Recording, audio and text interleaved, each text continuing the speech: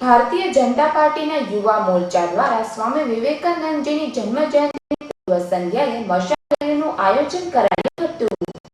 ભારતીય જનતા પાર્ટીના યુવા મોરચા દ્વારા સ્વામી વિવેકાનંદજીની જન્મજયંતિની પૂર્વ સંધ્યાએ મશાલ રેલીનું આયોજન ભારતીય જનતા પાર્ટીના કાર્યાલય ખાતેથી કરાયું હતું.